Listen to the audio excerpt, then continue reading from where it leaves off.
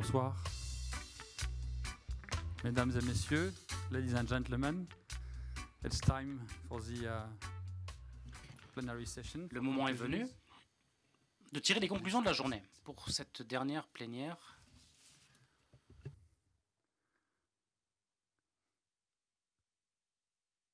Alors je voudrais commencer par dire que, encore une fois, on a eu une journée d'une extrême richesse. Que vraiment, on a été, comme d'ailleurs nos collègues d'hier et d'avant-hier, complètement ensevelis de recommandations, de conclusions qui venaient de tous les workshops, des Knowledge Café, etc. Donc, encore une fois, aujourd'hui, je pense que la journée était vraiment d'une grande richesse au niveau de l'information qui a été échangée et des conclusions qui ont pu en sortir. Que ce soit d'ailleurs aujourd'hui ou les jours précédents, on n'a aucune prétention en termes d'exhaustivité du rapport qu'on va tenter de faire. L'idée n'est pas d'être exhaustif du tout. Et même ce soir, on a décidé de ne pas être du tout exhaustif. On va vraiment vous donner quelques pistes de réflexion qui nous paraissent intéressantes et partager ça avec les panélistes qui ont la gentillesse de nous rejoindre. Ceci dit, le rapport ne s'arrête pas là. On va effectivement travailler à partir de maintenant, dans les prochains mois, on va travailler sur le rapport d'impact 3. On ne va pas du tout laisser en l'état ces réflexions prises sur le vif. Bon, d'abord, effectivement, dans 2 jours, comme vous le savez, il y a une réunion de haut niveau à Ajaccio où on va pouvoir transmettre quelques-uns de ces éléments. Mais surtout, par la suite, on va redemander à tout le monde, on ne va pas vous laisser tomber, on va redemander à tout le monde, et en particulier les gens qui ont, les chairpersons, les présidents de séance, de nous donner des rapports beaucoup plus complets, détaillés, et qui vont être utilisés pour faire des actes de proceeding de Impact 3 qui seront en ligne. Ce ne sera sûrement pas imprimé, parce que ça fera plus de 1000 pages. On va mettre dans ces actes, on va mettre les rapports des workshops, mais aussi les abstracts que vous avez envoyés lors du call for contribution, de l'appel à contribution, etc. Donc on vous recontactera pour tout ça. Je crois que c'était important de le dire d'abord. Oui, je crois que l'idée aussi, c'est que ces recommandations soient utiles au Congrès mondial des parcs qui se tiendra à Sydney l'année prochaine en Australie, en novembre 2014. Donc effectivement, Impact 3, c'est nourrir la discussion sur les enjeux aires marines protégées au Congrès mondial. Donc effectivement, on va pouvoir capitaliser, valoriser tout votre travail. Donc on a un peu de temps, mais on va s'y mettre après Impact 3 pour se préparer en fait au prochain congrès. Donc pour aujourd'hui, on va essayer tout de même de suivre un petit peu le programme de la journée et on aura 5 blocs de conclusions. On va essayer de partir du niveau global pour arriver au niveau local. Il faut bien une démarche quand on fait ce genre d'exercice. Donc on commencera par les questions de financement durable en général, puisque c'est quand même un problème global, même si il s'exprime souvent au niveau local, c'est quand même une question fondamentale qu'on a le financement durable, qu'on a identifié tout au long de ces journées. On fera un petit tour par la haute mer dans notre voyage pour ensuite aller vers les zones sous juridiction et parler un petit peu de planification marine, de Marine Spatial Planning. Ensuite, nous irons voir du côté des secteurs industriels, voir comment les relations se tissent entre les aires marines protégées et les secteurs industriels. On ira un peu plus en détail, peut-être, parce qu'il y a eu des workshops vraiment très importants sur cette question, de la relation entre les AMP et la pêche. Puis, nous finirons par, je dirais, tout ce qui est gouvernance locale et comment les AMP sont gérés par tout un tas de modes possibles, imaginables, et qu'est-ce qu'il faut faire pour mieux les gouverner et mieux les gérer. Donc, on va commencer par la question du financement durable. Oui, en fait, cette question, je ne dirais pas qu'elle est récurrente pour chaque congrès, mais elle préoccupe vraiment la plupart des gestionnaires d'aires marines protégées. Il y a un problème financier aujourd'hui au niveau des États, c'est clair. Bon, est-ce que la situation s'améliorera par la suite? On peut l'espérer. Mais on est dans une phase difficile en ce moment pour la plupart des États pour financer les aires marines protégées. Et donc, effectivement, lorsqu'on parle de sustainable financing, il faut rationaliser, trouver des solutions, je dirais, les plus efficaces, faire en sorte que l'argent soit le mieux utilisé. Dans les aspects un peu aussi généraux, je veux dire, il y a quand même beaucoup de bailleurs de fonds. Donc l'idée aussi, c'est de faire en sorte, au travers des trust funds, ou trouver des solutions pour faire en sorte qu'il y ait une synergie entre les programmes, entre les actions qui sont financées par différents bailleurs de fonds. Donc pour trouver un peu plus d'efficacité et donc faire en sorte que cet argent soit mieux utilisé. Alors d'ailleurs, le prince Albert avait annoncé à l'ouverture la proposition d'un trust fund pour la Méditerranée. C'est sûrement une voie à explorer. On n'a pas évidemment toutes les solutions, mais c'est un sujet qui a été abordé aujourd'hui. Donc un aspect très prioritaire. Et puis trouver aussi beaucoup de synergies et peut-être des solutions innovatives. Donc je vais donner la parole à John Tonzer, qui a d'ailleurs chairé, qui a présidé un de ces ateliers, afin qu'il donne les conclusions, enfin les premières conclusions sur cette question du financement durable des aires marines protégées. Hello, thank you. Thanks very much for having me here. Bonjour, merci de m'avoir invité. Je vais vous parler de notre session aujourd'hui. Une session très riche, très dense, des gens très engagés qui ont participé au débat sur le financement durable. Je crois que nous avions 120, 130 personnes quand même, ce qui montre quand même l'intérêt très vif qui est accordé à cette thématique que je jugerais critique, avec des études de cas qui nous ont été présentées, différents parcs marins dans du monde riche, mais du monde moins riche aussi. Et nous avons analysé tout un tas de techniques, de méthodes, de leçons tirées à partir des différentes approches de financement. Et puis, nous avons dépassé le temps qui nous était imparti parce que, bien évidemment, tout le monde voulait contribuer. Je crois que ça, c'est quand même toujours un bon signe quand on n'a pas assez de temps. Mais c'est vrai que le financement est un sujet que je qualifierais de récurrent. Et en termes de synthèse, de conclusion, je dirais oui, un consensus s'est exprimé sur le fait que les gouvernements doivent former, je dirais, la cheville ouvrière. Il faut aspirer à des financements publics pour les aires marines. Et puis les gens ont quand même dit aussi que ça n'est pas non plus une base aussi fiable qu'elle l'a été à une époque, les subsides, l'argent public, ce qui s'applique aux pays en voie de développement, mais également aux pays développés, où de plus en plus c'est risqué, c'est incertain de se fier uniquement au financement public. Et bien évidemment, il y a eu de nombreux exemples là-dessus. Les collègues savent de quoi je veux parler. Alors restons positifs. Il y a des innovations très intéressante. Et donc il y a cette tendance à innover en continu. Un cas de Colombie très intéressant d'ailleurs qui nous a été présenté pour lever des fonds en utilisant les réseaux médias,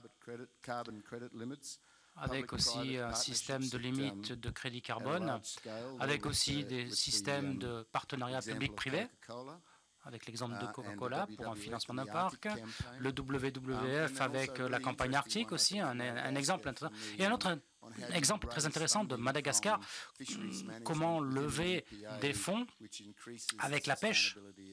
Donc les pêcheurs qui ont en partie financé pour mettre en place un parc qui à terme, au final leur a apporté aussi plus de revenus. Et puis une AMP en Croatie intéressante où la plupart des revenus viennent de l'hôtellerie et du tourisme. Là encore, intéressant. Et nous avons parlé aussi des trust funds. Christophe a abordé ça tout à l'heure. C'est un débat d'actualité et l'histoire du MAFA, je crois, a interpellé tout le monde. Donc l'une des conclusions qui se dégage de tout cela, c'est que nous devons continuer à réfléchir sur les retombées positives des aires marines protégées pour les communautés et pour les industriels. Je vous ai parlé de l'exemple de Madagascar tout à l'heure. Mais bien sûr, il y a énormément d'autres exemples comme le parc marin du Grand Récif corallien en Australie où on fait payer le billet d'entrée.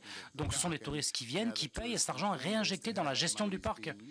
Et nous informons, enfin les touristes, depuis qu'on les informe du devenir de cet argent, eh bien, ils sont beaucoup plus positifs. Et ça, c'est bien. Alors, les capacités. En tant que communauté AMP, de décideurs, de politiques, de gestionnaires, bien sûr, nous mettons en place des plans de gestion, nous mettons en place de la compliance, etc. Mais ça, c'est ce que nous connaissons. Mais ce que nous connaissons moins, c'est les capacités qu'il faut pour un financement durable, comme le marketing, comme la gestion financière, comme le montage d'un plan économique, d'un business plan. Et ça c'est peut-être un domaine où l'on devrait travailler davantage. Donc plutôt que de rajouter cela à la charge de travail de ces gestionnaires qui viennent des sciences marines de la recherche, il faudrait peut-être envisager de recruter des spécialistes. Merci John. Vous avez posé une question intéressante. Comment développer les ressources du site même? Et là-dessus, il y a un débat avec l'atelier GPO, les partenariats globaux.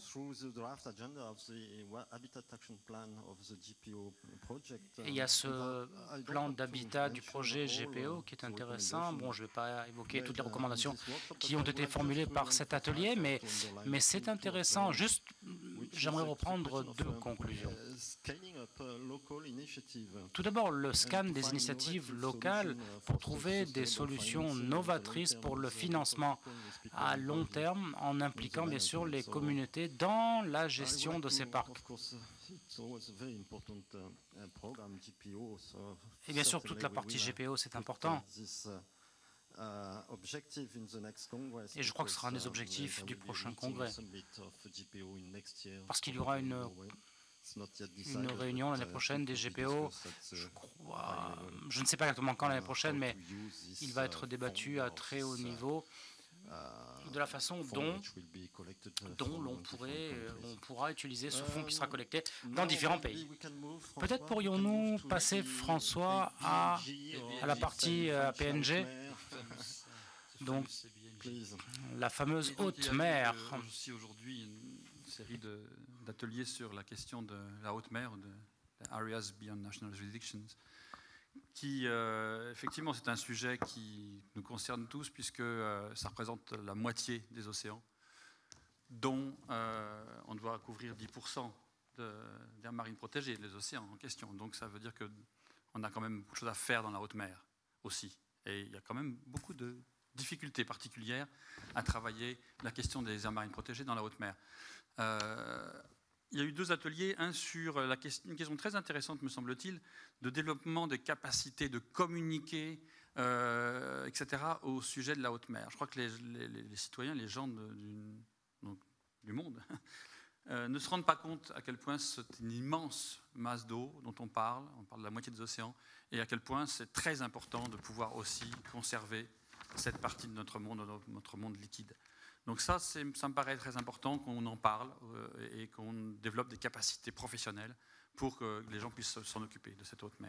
Et l'autre workshop était plutôt sur les questions juridiques de la haute mer. Il y a des questions un peu compliquées dans la haute mer, c'est-à-dire que pour le moment personne ne peut, tout le monde peut justement faire déclarer une aire marine protégée, mais personne ne peut la faire respecter des autres. Donc, ce qui fait qu'effectivement, on est dans une situation particulière. Donc, il y a eu un workshop sur ces questions-là. Je ne sais pas s'il y a quelqu'un dans la salle qui était dans ce workshop-là, parce que je lui donnerais bien la parole, mais je ne sais pas si quelqu'un est là. Si ce n'est pas le cas, je peux dire... le problème, c'est que François, on ne peut pas voir les mains qui se lèvent. On ne voit pas grand-chose. Si quelqu'un du workshop sur la haute mer est présent, qu'il crie. Ou qu'il descende, tout simplement. Ou qu'il descende, non. Bon. En tout cas, voilà, la question de la haute mer a été traitée, et y compris la question du deep sea mining. En haute mer, le fonds est sous l'autorité de l'Autorité internationale des fonds marins, qui, par contre, peut décider qui va faire du mining en haute mer. Et dans les processus, en ce moment, de déclaration, d'autorisation pour faire de l'exploration, pour le moment, il y a aussi un processus d'identification des zones d'importance qu'on appelle les Areas of Particular Environmental Interest. Donc ça, ça fait partie des choses aussi qu'on voit quand on commence à identifier. Avant, on voit tout le monde là, c'est bien tout d'un coup. On commence à identifier en haute mer des zones intéressantes. Peut-être, Jessica, you want to make a comment from the fisheries perspective about the vulnerable areas. Commentaire peut-être du point de vue de la pêche. Sure, thank you. Sur ces zones sensibles, oui, merci. Un sujet qui a été abordé dans le débat sur les outils de gestion, surtout dans le contexte suivant. Les exploitations de pêche sont le principal impact de l'homme sur la mer. Quand on essaie de protéger une zone, eh bien, c'est vraiment de la réglementation de la pêche qu'il faut faire. Et là, il est important de travailler avec les institutions qui gèrent la pêche. Ce sont les organisations régionales de gestion de la pêche. Et il y en a une aujourd'hui qui s'est exprimée du nord-est de l'Atlantique qui débat en ce moment d'une nouvelle réglementation. Réglementation présentée par la plupart de ces autorités dans le contexte ABNJ. Normalement des zones qui ont des écosystèmes vulnérables. Donc ce sont des aires importantes dont il faut tenir compte quand on veut protéger certaines zones, notamment en haute mer. Merci. Oui. Juste un commentaire là-dessus, Jessica.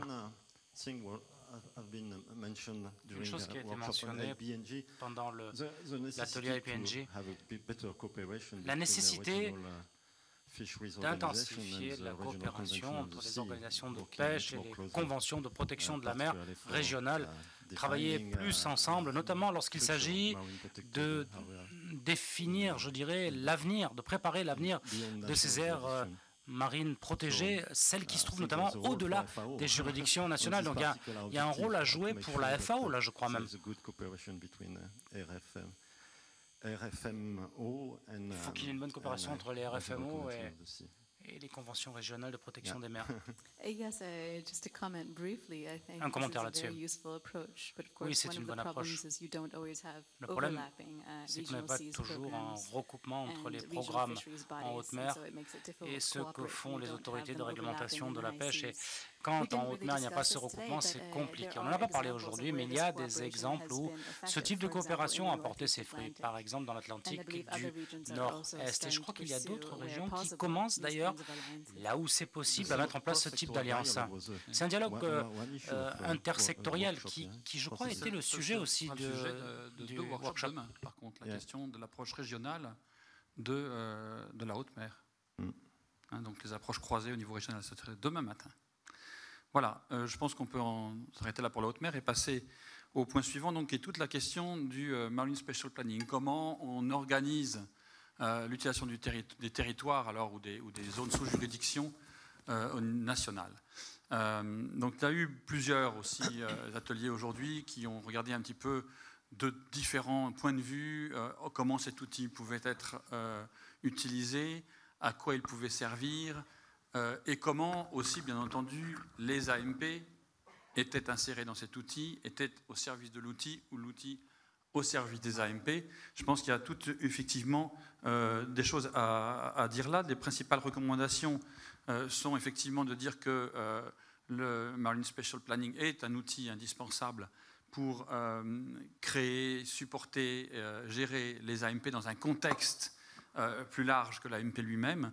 Donc ça paraît être un point vraiment acquis. Au-delà de ça, bien évidemment, il y a tout un tas de débats qui ont pu avoir lieu autour du Marine Special Planning. Est-ce que c'est seulement un outil technique? Est-ce que ça doit seulement prendre en considération les questions biologiques ou bien aussi les questions socio-économiques, ce qui d'ailleurs probablement est le cas? Et quelle est la partie du processus politique du Marine Special Planning? Oui, je pense que Carla pourra nous éclairer un peu, parce qu'elle est en charge en responsabilité à la direction générale de la mer à l'Union européenne. Et c'est un sujet qui est d'actualité pour vous, puisqu'il y a un projet de directive qui est en discussion au Parlement, sur directive sur la Marine Special Planning. Évidemment, la question qu'on se pose dans l'application de cette directive, je ne vais pas vous demander de parler de la directive, rassurez-vous, mais d'avoir votre point de vue personnel. Effectivement, c'est comment on peut intégrer les stratégies nationales d'aires marines protégées ou locales dans les documents de planification spatiale marine qui vont être élaborés par subsidiarité par les États en application de la directive. Mais en rentrant dans un contexte global, hein, la question de la Marine Spatial Planning dans un contexte global, quel est votre point de vue ? Quel est votre point de vue et les conclusions? Oui, tout à fait. Donc, merci François et Christophe pour avoir si bien résumé les discussions de ce matin. Et effectivement, au-delà de la question précise, et j'y reviens, je pense que la conclusion à laquelle on est arrivé ce matin, c'est vraiment que cette planification de l'espace maritime semble avoir un rôle décisif à jouer.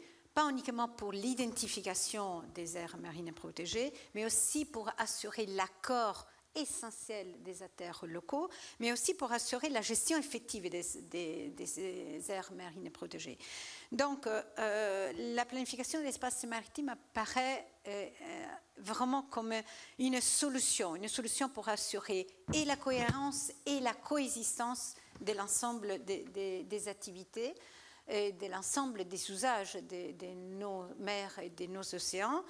Je dirais qu'on est arrivé à la conclusion de se poser la question si la vraie question, ce n'est pas est-ce que la volonté politique est là. Donc, si j'ai un message peut-être à passer en plénière, c'est bien celle que j'aimerais bien que de la conclusion finale qui sera préparée par ces journées de travail, qui sera soumise à la conférence ministérielle, passe un signal clair qui puisse aller dans cette direction. Et je crois que ça, c'était un peu le message conclusif de nos des ateliers. L'autre élément, c'est effectivement, nous sommes en plein dans la discussion, de la préparation de cette proposition de directive et de négociation. Et là, on est en plein dans les sujets, c'est-à-dire quand on parle de planification de l'espace maritime, c'est une vision globale. L'ensemble des intérêts qui rentrent en jeu et la partie des aires maritimes protégées, donc n'importe quelle soit la planification spécifique, rentre pleinement en cohérence et en harmonie dans une vision globale de la gestion de l'espace maritime. Donc, il n'y a pas de contradiction, il doit y avoir coexistence de l'ensemble des intérêts. J'ai également entendu merci Carla, j'ai entendu dans un atelier la nécessité de faire un lien technique, opérationnel, entre la planification spatiale marine et la gestion intégrée des zones côtières pour que ce soit cohérent, c'est-à-dire que les actions de gestion de la zone côtière, la partie terrestre essentiellement, soient bien sûr à la fois conformes et cohérentes avec les dispositions de protection et de gestion de la mer. Oui, effectivement, notre proposition déjà des directives couvre les deux éléments. Pourquoi les deux éléments? Parce que quand nous voyons nos utilisations essentielles de la mer, qu'il soit de l'énergie au transport ou à la pêcherie, nous retrouvons les liens essentiels entre ce qui se passe sur la zone côtière et en mer est évidente. Donc, une planification de l'une ou de l'autre espace ne peut pas se faire sans au moins un niveau de coordination entre les deux planifications. Et est-ce que les aires marines protégées, finalement, ce n'est pas un moyen d'appeler l'attention des élus qui ont en charge la partie terrestre à mieux gérer la partie terrestre, à restituer des eaux de qualité dans la partie marine, puisque ça les impacte directement? Voilà, tout à fait. L'impact est évident et donc nos élus, effectivement, doivent créer et assurer ces liens. Non, il est clair que le Marine Spatial Planning, c'est vraiment un outil qui permet aussi de rapprocher, je dirais, des mondes qui ne travaillent pas forcément ensemble. On a le monde de l'occupation du territoire qui doit effectivement, comme vous le dites très bien, prendre en considération toutes les activités qui se passent en mer, essayer de les gérer tout ensemble. Et puis le monde de la conservation qui met ses petits AMP, ou ses grands AMP d'ailleurs, comme si par là où ça lui plaît. Et je crois le MSP permet de ramener tout ça ensemble, de remettre effectivement les questions de conservation à un moment donné au centre de la discussion et de voir comment toutes les activités humaines peuvent se dérouler et peuvent prendre place correctement dans cette occupation de l'espace marin. Donc c'est quand même un outil, je crois que ça ressort clairement, mais c'est un outil qui peut être très très puissant et qui peut permettre effectivement de résoudre beaucoup de problèmes et de faire que les gens vont aller de l'avant. Ce matin, pour la première fois, je me permets juste une dernière intervention. Ce matin, pour la première fois, il y a eu un mot qui est sorti par un de nos interlocuteurs, qui était plusieurs fois répété pendant l'atelier. Au-delà des mots cohérence et coexistence, il y avait le mot harmonie. Je trouvais que c'était très bienvenu parce que c'est ça la vision globale qu'on doit avoir parmi tous les intérêts qui sont en jeu pour la gestion de notre espace maritime. Je voudrais juste me faire l'écho d'un autre workshop qui a eu lieu et qui me paraît aussi intéressant, c'est qui a travaillé sur la question de la gouvernance des networks, des réseaux d'aires marines protégées. De plus en plus, on essaye non seulement de voir les aires marines protégées un par un, ou même au niveau national, mais même au niveau international. Il y a eu l'exemple de Maya ou l'exemple de Medpan qui essaie vraiment de regarder, enfin autour de l'Europe, qui essaie de regarder les réseaux et d'avoir une gouvernance de ces réseaux. Enfin, on va aussi un cran plus loin en matière de gouvernance, oui, des territoires marins. Mais je crois qu'on peut, maintenant qu'on a parlé de ces questions de MSP, rentrer un peu plus dans le vif de la question des industries et comment les industries, les activités humaines s'organisent effectivement dans le territoire marin. Oui, François, effectivement, il y a eu plusieurs ateliers sur cette question du partenariat avec les industries. Comment les impliquer, comment les responsabiliser sur ces enjeux de protection. Alors, certaines questions ont été posées. Quelles peuvent être les compensations apportées par l'industrie de la mer pour aider les aires marines protégées? Alors, compensation, c'est évidemment en fonction de l'impact qu'ont les activités en mer sur la biodiversité marine, notamment. Donc voilà, Francis, en tant que président du cluster maritime, donc en lien avec toutes les industries de la mer en France, évidemment, c'est un sujet, je crois, qui le passionne.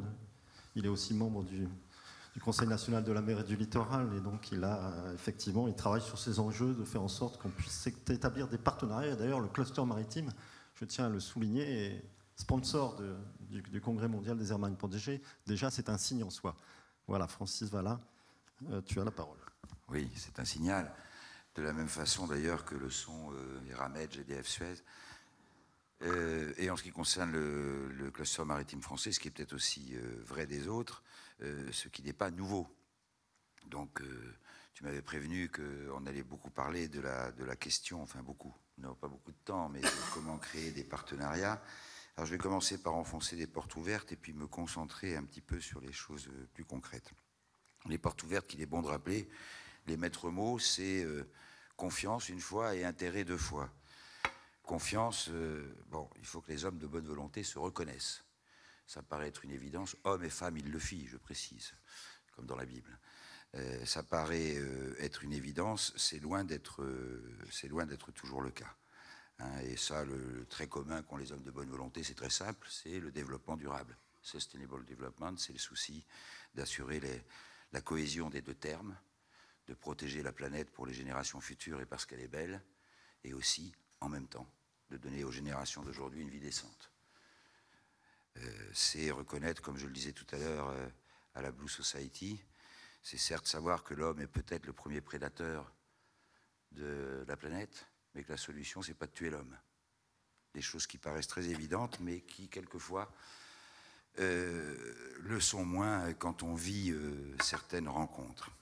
Intérêt à un double titre. Premièrement, s'intéresser aux autres. Nous sommes réellement, nous, c'est la majorité des acteurs économiques d'aujourd'hui qui ont fait leur révolution. Je parle des bons, bien sûr, les autres ne nous intéressent pas, mais enfin, on est loin de Stakhanov. S'intéresser aux autres. Nous nous intéressons, cette réunion a été préparée, je vais y revenir tout à l'heure en parlant de notre partenariat avec les aires marines protégées, et nous nous y intéressons sincèrement. Je dirais que face à ça, je ne trouve pas que la salle soit overcrowded pour s'intéresser aux questions des partenariats. Et c'est toujours un peu décevant. La deuxième, le sens du mot intérêt, c'est que, mes amis, si vous ne trouvez pas de fonds publics, il reste que les fonds privés.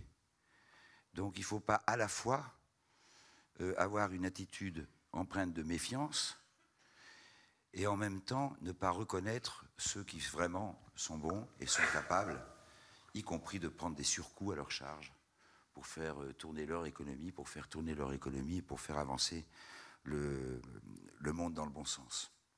Nulle part dans la vie, mais c'est vrai pour vous aussi, pour la plupart d'entre vous, on ne peut être de tous les côtés à la fois. Donc la seule façon, c'est que les hommes et femmes de bonne volonté se reconnaissent. Il y a une histoire pour ça, pour illustrer ça, c'est l'histoire de notre partenariat avec les aires marines protégées. Vous savez, au début, il a été fondé sur la confiance. Olivier Laroussini, je ne sais pas s'il est là, m'en voudra pas de dire que lui-même a pris l'initiative d'avoir cet intérêt pour l'autre, de miser sur la confiance, c'était un sacré pari, et de venir rencontrer le cluster. De mon côté, j'ai fait le même pari, et chacun, nous avions des interlocuteurs dans notre propre mouvance, nous disant, mais ne travaillez pas ensemble, enfin, ne soyez pas les membres les uns des autres, ne vous mariez pas. Bon, il y avait une méfiance très grande. Aujourd'hui, je pense qu'on est vraiment très très content d'avoir parié sur la confiance. Non qu'on soit toujours d'accord, loin de là. Il y a bien des domaines où on ne l'est pas. On trouve que très souvent les positions de nos responsables de la pêche sont beaucoup trop caricaturées, qu'on ignore trop à quel point le désir de ces responsables de la pêche de travailler avec les scientifiques pour avancer sur des bases saines et établir les bases d'un dialogue constructif. Donc on n'est pas toujours d'accord. Mais ce qu'il y a d'important aussi, c'est que d'abord on s'écoute toujours, et deuxièmement, bien souvent, on arrive à faire avancer les choses sur le plan concret. Alors on a un peu les mains dans le cambouis, c'est parfois moins glorieux que de belles déclarations, mais c'est important. On a beaucoup travaillé ensemble, par exemple, il y a très longtemps, quand je dis il y a très longtemps, à l'aune de la vitesse avec laquelle vont les choses aujourd'hui, sur la cartographie des eaux françaises, avec les aires marines protégées, avec l'IFREMER, avec nos autres acteurs. On a soutenu les aires marines protégées dans différents dossiers déposés au niveau européen et qui nous paraissaient valables. Nous avons, innombrables sont les groupes de travail. Nous avons, je le disais tout à l'heure aussi, près de 5000 responsables d'entreprise qui sont passés dans le groupe de travail, tous orientés vers le développement durable. Nombreux sont les groupes de travail où, de façon systématique, l'aire marine protégée et bien d'autres acteurs d'ailleurs de cette sensibilité nécessaire environnementale étaient là pour travailler avec nous, ou nous pour travailler avec eux, que ce soit des groupes sur les énergies renouvelables ou quels que soient, des groupes de toute nature. Et puis, je crois qu'on n'a qu'une fois la parole et non pas deux comme c'était prévu. Toute cette énorme aventure des grands fonds qui est pour dans 5 ou 10 ans, pour lesquels il faut réfléchir à l'avance, où depuis 2 ans et demi on crée une filière industrielle française qui fait très peur. Il ne faut surtout pas parler d'exploitation, c'est un gros mot, donc de l'exploration à la valorisation, il faut dire. Nous, ça nous paraît plus important de veiller à ce que tous les acteurs qui soient autour de la table soient d'une extrême qualité et intègrent dès maintenant le souci maximum de protection face à ces richesses dont on aura besoin. Et d'ailleurs, ce groupe de travail a déjà invité à plusieurs reprises les ONG pour très en amont le faire avant même ce que fait l'État. J'insiste sur cette aventure des grands fonds pour les Français qui sont dans la salle. Ça, c'est le petit côté cocorico. Et pour les internationaux, c'est que nous avons identifié dans ce groupe de travail qu'il y a 10 phases entre l'exploration et la production. Et nous sommes le seul pays au monde à avoir des leaders mondiaux pour chacune des 10 phases. Il est évident que bien d'autres pays ont des leaders mondiaux, que ce soit mon voisin de gauche ou d'autres, mais donc capables de proposer au menu ou à la carte la totalité du service à la Chine, à la Russie, à la Corée, à tous ces gens qui ont déposé des permis, et en offrant toutes les garanties nécessaires. C'était une parenthèse. Nous sommes aussi une instance de dialogue. Parfois de dialogue, et quand le dialogue devient très musclé, etc., bien souvent, ça se passe chez nous et à plusieurs reprises, ça s'est passé chez nous avec des conclusions qui sont des conclusions positives. Donc, un mot simplement, toutes ces questions, et évidemment que le spatial planning ne peut être que coordonné avec le reste, enfin ce que vous avez dit, madame, est évident, c'est une absolue nécessité, et tout ça ne peut se faire effectivement que par un travail de confiance entre les uns et les autres. Et je rêve d'un jour qui peut-être d'ailleurs n'est pas si lointain, ou pour ce qui se fera concrètement, je ne parle pas des slogans, on travaillera ensemble. La vision négative, c'est parce qu'on n'aura pas le choix. La vision positive, c'est parce que ça vaut le coup. Voilà, je vous remercie. Merci Francis pour ce témoignage fort utile d'implication d'un rassemblement d'entreprises de la mer autour de l'enjeu de la conservation. Merci. Je crois, c'est peut-être on peut faire d'ailleurs l'articulation, puisque tu as évoqué la question de la pêche en eau profonde. peut-être avec Jessica, François, s'il te plaît. Je crois qu'on a des ateliers qui sont consacrés à la pêche. Oui, on va donner la parole à Jessica directement, parce que, donc Jessica, il y a eu 3 workshops aujourd'hui de suite sur la question de AMP et pêche, et comment l'AMP est un outil pour la pêche, comment la pêche utilise l'AMP. Enfin, on a vraiment, je pense, parlé là de tout ce qui était positif dans la relation entre l'AMP et la pêche, et comment vraiment l'AMP peut être un outil au service de la gestion de la pêche. Mais je vais laisser Jessica nous donner quelques conclusions de ces ateliers. Oui, effectivement, 3 débats très enrichissants sur les AMP comme outil de gestion de la pêche. Nous sommes partis du précepte que nous travaillons dans un contexte de pêche où les AMP sont des outils à valoriser, à utiliser pour gérer les particuliers de la pêche, ou peut-être que ces AMP ne sont qu'un outil parmi d'autres. Dans certains cas, il faut effectivement énormément d'outils différents. Dans ce contexte, nous regardons comment les AMP peuvent donner plus de résultats positifs en termes de conservation et de pêche. Et au fur et à mesure que nous allons vers des systèmes de gestion plus globaux, plus complets,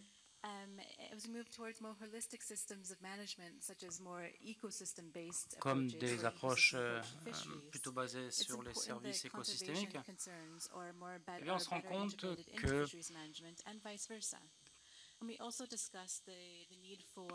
qu'il faut parler également de l'intégration, plus d'intégration entre les différentes disciplines dans l'approche de type écosystème. Il faut baser les choses non seulement sur les sciences naturelles, mais aussi sur les sciences naturelles qui doivent être davantage valorisées. Un autre sujet qui a été soulevé, abordé d'ailleurs par mes collègues tout de suite, la confiance mutuelle. Un sujet, un leitmotiv qui est revenu à plusieurs reprises. Nous avons besoin de transparence par rapport aux objectifs lorsque les AMP sont créés, mais aussi de la transparence pour toutes les retombées, pour tous les bénéfices, qui récoltera les lauriers et qui assumera les coûts des AMP. Est-ce que les coûts des AMP sont bien ventilés, sont bien répartis? Autre sujet dont nous avons parlé, c'est la complexité de la mise en œuvre de processus participatifs et d'approches dites de co-management, de co-gestion.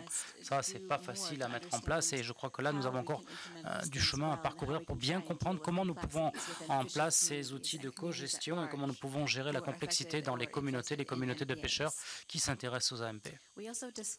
Nous avons également débattu de thématiques qui ont à voir avec les moyens de subsistance d'alternance.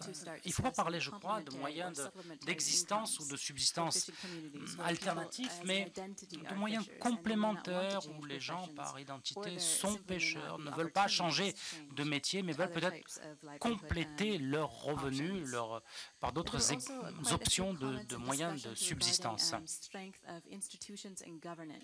Et puis la gouvernance et les institutions. Nous avons besoin d'institutions fortes au plan local et au plan global. Parfois, il faut organiser les communautés sur place pour avancer. Et là, nous avons besoin de l'institutionnel, mais aussi au niveau national. Et ces deux types d'institutions, locales et nationales, doivent également travailler ensemble. Et puis un consensus très vaste qui s'est exprimé sur le fait qu'il y a énormément de réussites et énormément de bons exemples où la conservation et la pêche arrivent à se retrouver grâce au dénominateur commun d'une AMP. À approfondir, mais c'est un constat qui a été fait et ça c'est positif. Merci Jessica. En effet, je crois que c'est un sujet très très important et qui d'ailleurs a été aussi exploré, l'élection de la pêche, dans beaucoup d'autres ateliers, parce qu'il y a beaucoup d'ateliers dont on ne va pas pouvoir rapporter aujourd'hui, mais qui ont regardé vraiment toutes les questions de gouvernance et de gestion des AMP par les collectivités, les communautés locales. Il y a eu vraiment beaucoup d'ateliers sur cette question-là aujourd'hui. Il n'est pas question de donner tous les éléments, mais évidemment, on comprend que l'AMP, pour être durable, dans la plupart des cas, doit servir aux populations locales, et principalement pour la pêche, pour la question de l'alimentation et de livelihood, comme on dit en anglais, toujours un terme très difficile à traduire, le livelihood. Donc il y a eu beaucoup d'ateliers qui ont montré comment les collectivités locales, les populations locales, les communautés pouvaient être, devaient être impliquées dans la gouvernance et la gestion des AMP pour qu'elles puissent réussir et remplir leurs fonctions. Il y a eu l'atelier sur les Bright Spots, qui sont un réseau de bons exemples de gouvernance qui essayent de faire dupliquer des façons de faire qui sont efficaces, basées sur des concepts très fondamentaux de confiance, de sens de la propriété et de leadership. Il y a eu l'atelier sur les locally managed marine areas, donc les aires gérées localement, qu'on n'appelle pas des aires marines protégées, parce que c'est vraiment, alors si on protège quelque chose là, on protège vraiment les populations locales qui sont là. Ce serait l'objet de la protection. Et il y a aussi donc ce réseau de locally managed marine areas qui a eu plusieurs ateliers aujourd'hui et qui fonctionne extrêmement bien. Christophe, tu veux dire quelque chose sur les locally managed? Oui, malheureusement, on n'a pas assez de temps et comme je veux surtout laisser du temps à Julie Ritz, je vais quand même simplement, Julie, mentionner, et vous m'en excuserez, les keywords très rapidement, comme ça ce sera très rapide, les keywords qui ont été mentionnés pendant ces ateliers. Donc, je cite un top-down and bottom-up work together, empowerment of local for engagement is important, livelihoods again.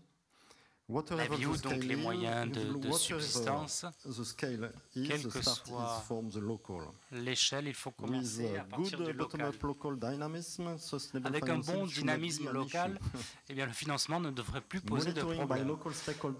Et puis le suivi, la surveillance par les acteurs locaux, intégration, du monitoring scientifique, bien sûr aussi insister et développer la valeur des services écosystémiques, pas de commentaires de bas, consultation avec l'opposition, responsabilisation et puis de bons processus décisionnels. Tous ces mots-clés nous disent que de toute façon, pour réussir, il faut que les populations locales fassent le maximum. C'est-à-dire que l'AMP doit être avant toute chose gérée et gouvernée par les populations locales. C'est ce que disent tous ces messages. Ils disent que si tout se passe bien au niveau local, alors tout se passera bien aux autres niveaux.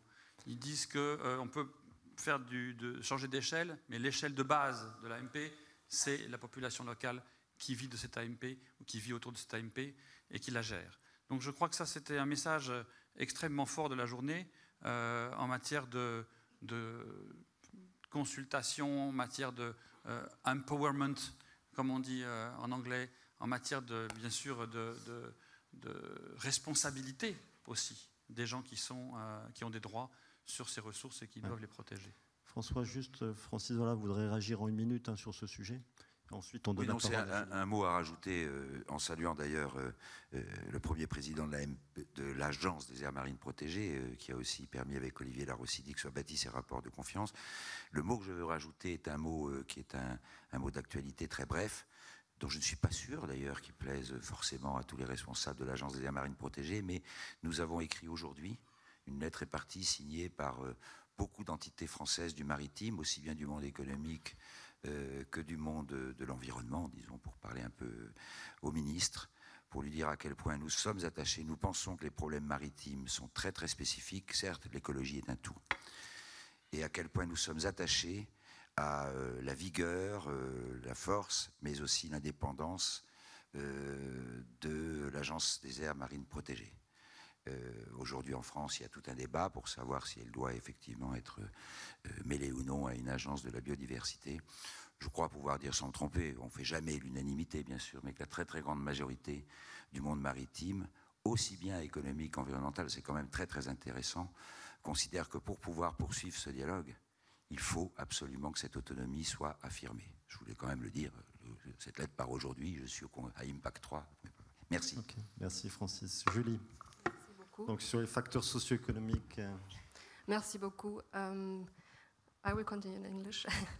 I think it's rather an observation. I Je vais poursuivre en anglais. J'ai participé au workshop sur le financement. Je suis allé aussi au workshop sur la participation des communautés locales et je suis aussi allé à l'atelier sur les partenariats globaux pour les océans. Et bien sûr, tout ce que j'ai à dire, ça rejoint ce qui a déjà été dit par les panélistes. Ce qui était intéressant, c'est d'entendre quand même que les gens se trouvent un peu déconnectés par rapport à ce que le gouvernement dit.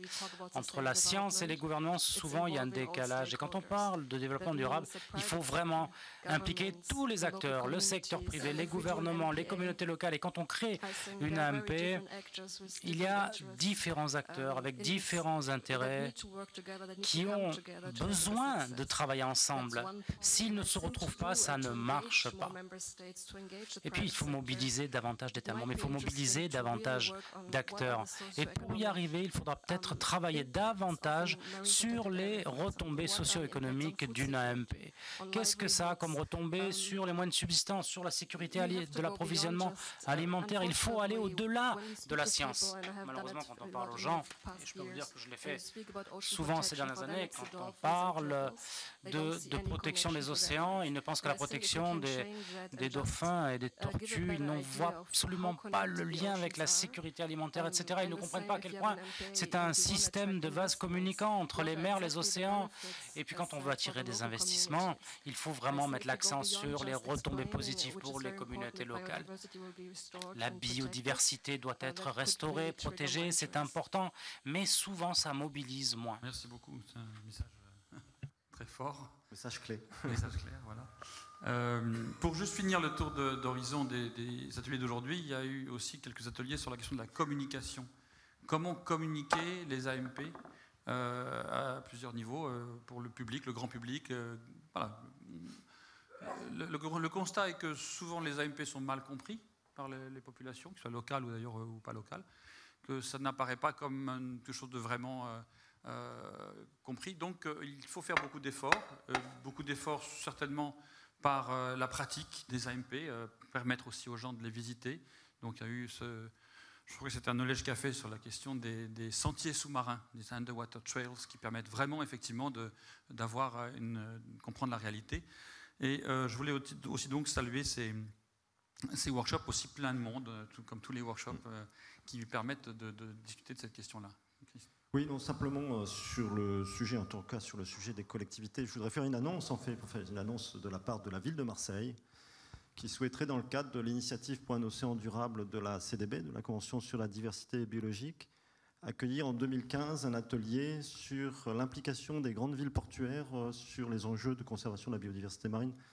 Comme vous le savez, la ville de Marseille est très impliquée dans la gestion du parc national des Calanques. Cette ville a des choses à dire, donc elle voudrait s'adresser à d'autres villes, Séoul, Vancouver, etc. Donc il y aura cet atelier qui est une des recommandations, conclusions du congrès Impact 3. Et puis Carla, et bien entendu, j'ai bien compris le message qui s'adresse au ministre présent à Ajaccio sur l'intégration de la question du Marine Spatial Planning comme un enjeu important pour la protection. Je pense qu'on a encore le temps pour donner la parole à chacun de nos panélistes pour un petit mot de conclusion. Oui, un mot de conclusion, très bien. On commence par Carla.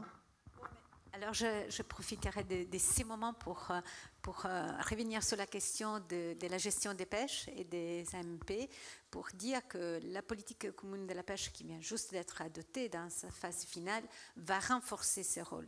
Donc, va quelque part simplifier, régionaliser, mettre beaucoup plus en valeur le rôle des acteurs locaux pour la gestion des pêches et pour favoriser et faciliter tous les processus d'adoption des modalités des pêches dans les cadres des zones marines protégées. Donc, même du côté de la pêche, la nouvelle législation ira dans le sens exprimé aujourd'hui dans les ateliers. Merci. En ce qui me concerne, je pense qu'il y a 2 points sur lesquels on peut insister. Un point de détail, l'attachement aussi à l'Agence des aires marines protégées et à ce qui se passe en tout cas en France sur les aires marines protégées, c'est aussi les modalités de gestion qui sont prévues, qui associent les professionnels, etc.